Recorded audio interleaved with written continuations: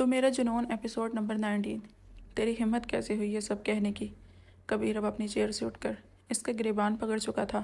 کبیر پوری بات تو سن۔ کیا کر رہا ہے یار؟ کالر چھوڑ میرا، فرحان نے اپنا کالر چھڑواتے ہوئے اس سے کہا۔ کبیر نے اپنا غصہ ضبط کیا اور واپس بیٹھ گیا۔ یار تو ایسے ریئیکٹ کر رہا ہے جیسے میں سچ میں اس سے شادی کروا دی۔ جسٹ شٹ اپ یار۔ کبیر نے دوبارہ اس کی بات کاٹ دی۔ یار میں نے تجھ سے یہ کہا تھا کہ اسے میرے خلاف ہونے سے بچا تاکہ اس کے دل میں مجھے لے کر جو غلط فہمی ہے وہ مٹ سکے، اور تو اس میں بھی کامیاب نہیں ہو سکا۔ کبیر نے فائل کو زور سے ٹیبل پر پٹکتے ہوئے کہا۔ یار پورے 1 سال سے تو یہی کرتا آیا ہوں، لیکن وہ الٹا میرے خلاف ہو جاتی ہے۔ ذوحان اس کو تو دیکھتی تک نہیں ہے۔ فرحان نے اس کو اپنی بات کہی، جسے سن کر کبیر ہمیشہ کی طرح غصے میں آ گیا۔ آج سے ذوحان بیلا کے پاس ہی سوئے گا، کبیر نے ایک انگلی کے اشارے سے اسے کہا، کیونکہ کبیر کو پتا تھا کہ گھر میں ذوحان کہاں ہوتا ہے۔ وہ آئی فون 11 پرو کا اصل مقصد یہی تھا کہ وہ اپنے بیٹے سے دور ہو کر بھی اس کے پاس رہے۔ یہ الگ بات تھی جب پریشا کو ذوحان پر زیادہ غصہ آتا تو وہ موبائل آف کر کے اپنی وارڈروب میں رکھ لیتی تھی، جس سے کبیر اپنے بیٹے کو بالکل نہیں دیکھ پاتا تھا، ورنہ ایک چپ کی مدد سے اسے ذوحان کا چہرہ اپنے موبائل پر نظر آتا تھا، لیکن پریشا کا چہرہ وہ نہیں دیکھ سکتا تھا، کیونکہ اس نے چپ کی مدد سے ذوحان کا چہرہ ٹریس کیا تھا جب ایک دفعہ وہ فرحان کے ساتھ آیا تھا۔ اس وقت وہ 2 ہفتوں کا تھا۔ کبیر کو اپنی اولاد جب اپنے گود پر لیٹی نظر آئی تو اس کا چہرہ آنسوں سے بھیگ چکا تھا۔ ذوحان کے ٹوائے ہاؤس میں جتنے بھی کھلونے تھے جن پر پریشا نے فرحان کو ڈانٹا تھا، وہ سب کبیر نے ہی لے کر دیے تھے۔ کبیر، فرحان نے اسے بلا کر ماضی کی یادوں سے باہر نکالا۔ ہاں، کبیر ابھی بھی ہوا میں دیکھ رہا تھا۔ تمہیں نہیں لگتا کہ تمہیں اس سے ملنا چاہیے؟ اس نے کبیر کو کہا۔ نہیں فرحان، میں چاہتا ہوں کہ پہلے اس کے باپ کے قاتل کو اس کے سامنے لاؤں، تب اس سے ملوں، کبیر نے فرحان کو دیکھ کر کہا۔ اور اگر اس وقت تک دیر ہو گئی، کیونکہ پریشا نے کہا ہے کہ وہ ذوحان کو چھوڑ دے گی، فرحان بس اتنا ہی کہہ سکا۔ تو اسے جانے دینا، دیکھتا ہوں کہاں جاتی ہے وہ، کبیر نے لاپرواہی سے اسے کہا۔ کیا مطلب کبیر؟ تمہیں پتہ ہے نا اس کا ہمارے علاوہ کوئی نہیں ہے۔ یہی تو بات ہے فرحان، یہی تو بات اسے سمجھ نہیں آ رہی۔ میں اس سے ملنا چاہتا ہوں۔ پورے 2 سال کیسے گزارے ہیں یہ صرف میں ہی جانتا ہوں، لیکن مجھے نہیں پتا وہ مجھے اپنے سامنے کھڑے دیکھ کر کیسا ریئیکٹ کرے گی۔ اس کے چہرے پر مجھے لے کے جو نفرت ہوگی فرحان، وہ نفرت میں بالکل برداشت نہیں کر سکتا۔ وہ بہت ہی ناسمجھی والی باتیں کر رہی ہے، پلیز تم اسے گائیڈ کرنا۔ کبیر تو جیسے اندر سے ٹوٹ چکا تھا۔ ہیلو یس، کیا اپڈیٹ ہے؟ کبیر جیسے ہی اپنے گھر پہنچا تو کہیں فون ملایا۔ اوکے، مجھے اپڈیٹ دیتے رہنا، یہ کہہ کر اس نے کال کاٹ دی۔ ملیحہ، اس نے اپنی اسسٹنٹ کو آواز دی جو 1 سے شام 5 بجے تک اس کے کام کرتی تھی، اور باقی کا کام ٹائم کبیر کے آفس کے ساتھ بنے کیبن میں ہوتی تھی۔ جی، مجھے بلایا۔ وہ دیکھنے میں شریف گھرانے کی تھی، گاؤن کے ساتھ حجاب میں لپٹی ہوتی تھی اور اپنی کسی کام میں کوتاہی نہیں کرتی تھی، جس کی وجہ سے کبیر کا لہجہ ہمیشہ ہی اس کے ساتھ نرم ہوتا تھا۔ ہاں، میری کافی تو لے آؤ، رہا ساتھ میں فائل بھی لے آنا، کبیر نے سے کہا۔ اور سنو، یہ جولی اور اس کی بیٹی کہاں ہیں؟ ملیحہ جیسے ہی واپس گئی تو کبیر نے دوبارہ اس سے سوال کیا۔ سر وہ تو 2 بجے کی باہر گئی ہیں، آپ کو تو پتہ ہے میں اس سے زیادہ سوال نہیں کرتی، مجھے کوفت ہوتی ہے۔ اوکے، اچھا، فرحان کو کال کر کے گرین کلر کی فائل لانے کا کہہ دینا، کل مجھے ایک کیس ریڈ کرنا ہے، اور یاد سے، کبیر نے اس سے کہا۔ Okay sir. ملیحہ یہ کہہ کر اس ایریا میں بنے ایک اوپن کچن میں آ گئی جو صرف کبیر اپنے لیے ہی یوز کرتا تھا۔ اس کا گھر پیرس والے گھر سے کافی بڑا تھا۔ ظاہر ہے وہاں اس طرح کی کوٹھی نما گھر نہیں ہوتے تھے۔ 2 پورشن میں یہ گھر مشتمل تھا۔ اوپر والا پورشن لانگ پورشن تھا، جبکہ نیچے والے پورشن میں کبیر اپنا آفس ورک کرتا تھا اور سارا ٹائم وہ اسی پورشن میں گزارتا تھا۔ اس پورشن میں جولی یا انجلی کی انٹری بھی منع تھی۔ اگر اینجی بھول کر بھی آ جاتی تو وہ بھڑک اٹھتا تھا اور اس چیز کا لحاظ بھی نہ کرتا کہ یہ ایک کمسن بچی ہے، اسے تو بخش دیں۔ اس پورشن کے باہر ایک وسیع سوئمنگ پول تھا جس کے آس پاس چیئرز اور ٹیبل سجے تھے۔ کبھی کبھی اپنی آفس پارٹی یا کوئی کام وغیرہ وہ اسی ایریا میں ارینج کرواتا تھا، کیونکہ موسم کی ڈیمانڈ ہوتی تھی، اور اس کے ٹھیک دوسری طرف سوئمنگ پول سے ڈبل لان تھا، جہاں ایک کونے پر ہر قسم کے پھول ہی پھول تھے اور دوسری طرف کبوتر، مور اور خرگوش پالے ہوئے تھے جن کی دیکھ بھال مالی ہی کرتا تھا۔ اس دونوں کے درمیان گیراج تھا جہاں 6 سے 7 گاڑیاں آسانی سے پارک ہو سکتی تھیں تاکہ اس کے کلائنٹس کے لیے کسی بھی قسم کی مشکل نہ ہو۔ ان سب کے بعد ایک لمبی سی راہداری تھی جس کے ارد گرد درخت تھے جو کہ اوپر کی طرف سے آپس میں مل کر آسمان کو چھپا رہے تھے۔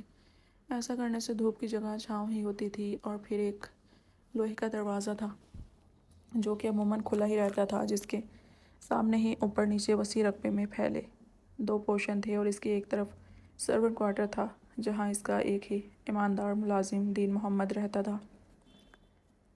کبیر نے 1 سال پہلے ہی اس انسان کو پکڑ لیا تھا جس نے شہاب کے چہرے سے اپنے مالک کے کہنے پر آکسیجن ماسک اتارا تھا، لیکن جیل میں جب خوب دھلائی کے بعد بھی اس نے اپنے مالک کا نام نہیں لیا تو پولیس نے اسے اور ڈنڈوں سے مارا اس سے پہلے کہ وہ اس پر گرم کھولتا ہوا پانی پھینکتے۔ اس انسان نے زہر کی گولی کھا کر خود کو ختم کر لیا تھا۔ پولیس نے فوراً ہی کبیر کو اطلاع دی جس نے ایک اور دفعہ ہار مان لی، اور اب جب کہ پریشا فرحان سے شادی کی پلاننگ کر رہی تھی تو کبیر دوبارہ ایکٹیو ہو چکا تھا تاکہ وہ پریشا کے سامنے ساری سچائی رکھ سکے۔ اب اسے پتہ چلا تھا کہ وہ انسان ایک بہت بڑے گینگ کا ساتھی ہے، تو اس نے اس گینگ کے لیڈر کا پتہ لگوانے کا کہا۔ ملیحہ تیسری دفعہ کال کر چکی تھی، لیکن فرحان نے کال اٹینڈ نہ کی کیونکہ وہ اپنے روم میں ذوحان کے ساتھ تھا اور فون وہ لاؤنج میں چھوڑ آیا تھا۔ یہ فرحان بھی نہ پتہ نہیں کس کی کال ہے۔ پریشا نے تنگ آ کر اس کا موبائل اٹھایا تو ملیحہ کا نمبر جگمگا رہا تھا۔ ملیحہ، او گاڈ، یہ کون ہو سکتی ہے؟ کہیں یہ فرحان کی فیوچر گرل تو نہیں اور ایک میں ہوں اس پہ شادی کا دباؤ ڈال رہی ہوں؟ پریشا ڈوب کر مر جاؤ۔ فرحان اپنے بیٹے کی طرح ذوحان سے پیار کرتا ہے، اور تو ہے کہ اس کے پیچھے پڑ گئی۔ نہیں پریشا، اب تجھے کچھ سوچنا پڑے گا۔ فرحان کی ڈریم گرل سے اسے ملانا ہی ہوگا۔ ملیحہ کو پتہ چلنا چاہیے کہ فرحان بہت ہی اچھا انسان ہے اور یہ دونوں ساتھ میں بھی اچھے لگیں گے۔ ملیحہ، فرحان، واو! پریشا یہ سب کچھ سوچ کر دل ہی دل میں خوش ہوئی۔ سوری، میں کال پک نہیں کر سکا، کوئی امپورٹنٹ بات ہے تو یہیں بتا دو۔ پریشا نے یہ ٹائپ کیا اور ملیحہ کے نمبر پر سینڈ کیا۔ تمہیں گرین فائل مجھے دینی ہے۔ باس نے مجھے کہا کہ تمہیں بتا دوں، وہی فائل جو کل تم اپنے ساتھ لے آئے تھے۔ تم آفس جانے سے پہلے مجھے وہ فائل باس کے گھر میں دے آنا تاکہ میں امپورٹنٹ لائنز ہائی لائٹ کر دوں، اور پھر باس آئیں گے تو انہیں دے دوں گی۔ ملیحہ کا میسج پڑھا تو پریشا کے چہرے پر مسکراہٹ آ گئی۔ اس نے فوراً ہی کال اور میسج ہسٹری ڈیلیٹ کی۔ اب اسے ہی کچھ کرنا تھا۔ دیکھیں، میں تمہارے فرحان صاحب کی وائف بول رہی ہوں۔ مجھے ان کے باس سے امپورٹنٹ بات کرنی ہے، سو پلیز آپ ان کا ایڈریس بتا دیں۔ پریشا اب دوسری بار کنڈکٹر کو کہہ چکی تھی، دیکھیے آپ آفس آ کر ان سے مل لیں، میں نے ان کے گھر جانا ہے تو آپ ان کا ایڈریس بتا دیں، نہیں تو آپ کی شکایت ان سے کر دوں گی، پھر آپ کو نوکری سے ہاتھ دھونا پڑے گا۔ اینڈ آئی ایم شیور اس کے باس یعنی میرے ہسبینڈ کے باس اکڑو انسان ہوں گے اور آپ کو فوراً نوکری سے نکال دیں گے۔ پریشا نے اپنی پوری گردان ایک ہی سانس میں سنائی۔ اوکے میں بتا دیتا ہوں۔ ملیحہ میری جان، آ رہی ہوں میں، اسی بہانے تم سے بھی مل لوں گی۔ پریشا نے جلدی سے فون بند کیا اور فرحان کے سائڈ ٹیبل سے فائل نکالی جو کل ہی اس کے ہاتھ میں تھی۔ ذوحان کو آج دوبارہ وہ فرحان کے ساتھ بھیج چکی تھی کیونکہ فرحان آرام سے اسے اپنے ساتھ لے جاتا تھا۔ فرحان کے ساتھ جیسے ہی سب نے ذوحان کو دیکھا تو سارے آفس کے کلائنٹس اس کی طرف لپکے، کوئی اس کو اپنے کیبن میں لے جاتا تو کوئی اس کو چاکلیٹ دلواتا۔ اس طرح ذوحان کا دن بھی اچھا گزر جاتا تھا۔ فرحان نے کبیر کے آفس کا جائزہ لیا تو اسے وہاں کوئی بھی نہ دکھا۔ سر آج کبیر سر لیٹ ہیں، کسی نے گھر آنا تھا، پیون نے فرحان کے پوچھنے پر کہا۔ کیسی پارٹی اس نے ڈسکس نہیں کیا؟ فرحان نے یہ سوچ کر کبیر کو کال کی۔ ہاں فرحان، خیریت؟ کبیر نے فوراً کال پک کر کے کہا۔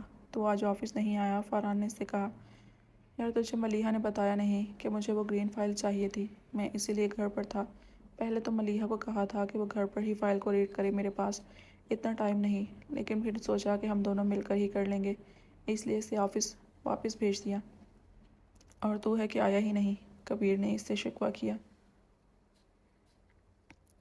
ملیحہ نے تو مجھے ایسا کچھ نہیں بتایا، اگر اس کا میسج آیا ہوتا تو میں خود پڑھ کر فوراً ہی تیری طرف آتا۔ فرحان کو اچنبھا ہوا۔ اچھا ٹھیک ہے، میں ابھی آفس کے لیے نکلتا ہوں، تھوڑی دیر میں فائل والا کام کل پر رکھتے ہیں۔ کبیر نے یہ کہہ کر کال کٹ کر دی۔ اوہ واو، کتنا پیارا گھر ہے۔ پریشا جیسے ہی وہ فائل لے کر گھر کے اندر داخل ہوئی تو سامنے کی خوبصورتی دیکھ کر دنگ رہ گئی۔ فرحان نے تو کبھی نہیں بتایا کہ اس کے باس کا گھر اتنا اچھا ہے۔ ایک طرف لان دیکھ کر اس کی دوسری طرف دیکھا تو ایک بہت بڑا سوئمنگ پول تھا۔ اوہ، مجھے تو کب کا شوق تھا کہ کسی سوئمنگ پول میں سوئمنگ کروں، لیکن مجھے تو سوئمنگ آتی ہی نہیں۔ پریشا اب خود سوال کر کے خود کو جواب دے رہی تھی۔ یس میم، آپ کو کس سے ملنا ہے؟ پریشا بھی ادھر ادھر دیکھ ہی رہی تھی جب سامنے سے ایک بڑی عمر کا شخص دکھائی دیا جو کہ دین محمد تھا۔ جی انکل، وہ نہیں بابا جی، وہ ایکچولی میں فریشے، فرحان کی وائف۔ پریشا نے سوچ سمجھ کر جھوٹ بولا، لیکن اسے ڈر بھی تھا کہیں اگر اس نے ملیحہ کو ایسے ہی بتا دیا تو۔ اوہ میرے بیٹا، اچھا اچھا۔ دین محمد نے اس کے سر پر ہاتھ پھیرا۔ بابا جی، اصل میں انہوں نے ہی مجھے ادھر بھیجا ہے، ایکچولی یہ فائل ان کے باس کو دینی ہے، اس لیے انہوں نے مجھے بھیج دیا، کیونکہ انہیں یاد نہیں رہا اور وہ بھول گئے۔ پریشا نے ادھر ادھر نظر دوڑا کر وہ فائل دی۔ دین محمد کو پکڑانا چاہیے، لیکن پھر کچھ سوچ کر رک گئی۔ آپ ایسا کریں کہ مجھے باس سے ملوا دیں، یہ فائل بہت امپورٹنٹ ہے، میں خود انہیں دوں گی۔ پریشا نے سوچا کہ ایسا کہہ کر وہ ملیحہ سے ملنے اندر پہنچ سکتی ہے۔ اوکے بیٹا، آپ رکو، میں باس سے پوچھ لیتا ہوں۔ دین محمد کہہ کر اندر چلا گیا۔ پریشا کیا بنے گا اب؟ اگر باس کی فرحان سے بات ہو چکی ہوئی تو پھر تو تیرا پلان فلاپ ہو جائے گا، جس کے ساتھ ساتھ تم بھی پکڑی جاؤ گی۔ پریشا کو اب خود پر غصہ آ رہا تھا۔ اب مجھے خود ہی اندر جانا چاہیے، مجھے اس باس سے کیا لینا دینا، مجھے تو بس ملیحہ کا دیدار کرنا ہے، یہی سوچ کر اس نے اندر قدم رکھ دیے۔ واٹ؟ فرحان کی وائف دین محمد، یہ کیا کہہ رہے ہو؟ کبیر جو بات لے کر کپڑے بدل چکا تھا، بال بناتے ہوئے فوراً ہی اس کے ہاتھ رک چکے تھے۔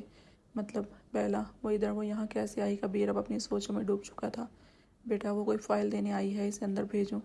دین محمد نے کبیر کی جذباتی پن کو بغور دیکھتے ہوئے کہا۔ بیلا، تم یہاں کیوں آئی ہو؟ کیا اسے سب کچھ پتہ تو نہیں چل گیا؟ نہیں، ایسا نہیں ہو سکتا بیٹا۔ دین محمد اب اسے تیسری مرتبہ بلا رہا تھا۔ دین محمد، آپ اس لڑکی کو میرے آفس روم میں بھیج دیجیے۔ کبیر نے کافی سوچ و بچار کے بعد اپنا فیصلہ سنایا اور وارڈروب سے ایک رومال اور ہیزل آئی لینس جو وہ کبھی کبھی سن گلاسز کی جگہ استعمال کرتا تھا لے کر اپنے آفس پہنچ گیا۔ اسے بینچ پر بیٹھے 15 منٹ ہو چکے تھے، لیکن وہ بالکل بھی بور نہیں ہوئی، کیونکہ وہ جگہ ایسی تھی کہ وہاں کوئی بھی بور نہیں ہو سکتا تھا۔ اس کا پانی کے اندر پاؤں ڈالنے کا دل کر رہا تھا، لیکن فی الحال تو اسے صرف ملیحہ کو دیکھنا تھا۔ وہ یہی سوچ رہی تھی جب دین محمد اس نے مخاطب ہوا۔ بیٹا، وہ آپ کو بلا رہے ہیں، آپ یہ فائل لے کر ان کے پاس چلی جائیں۔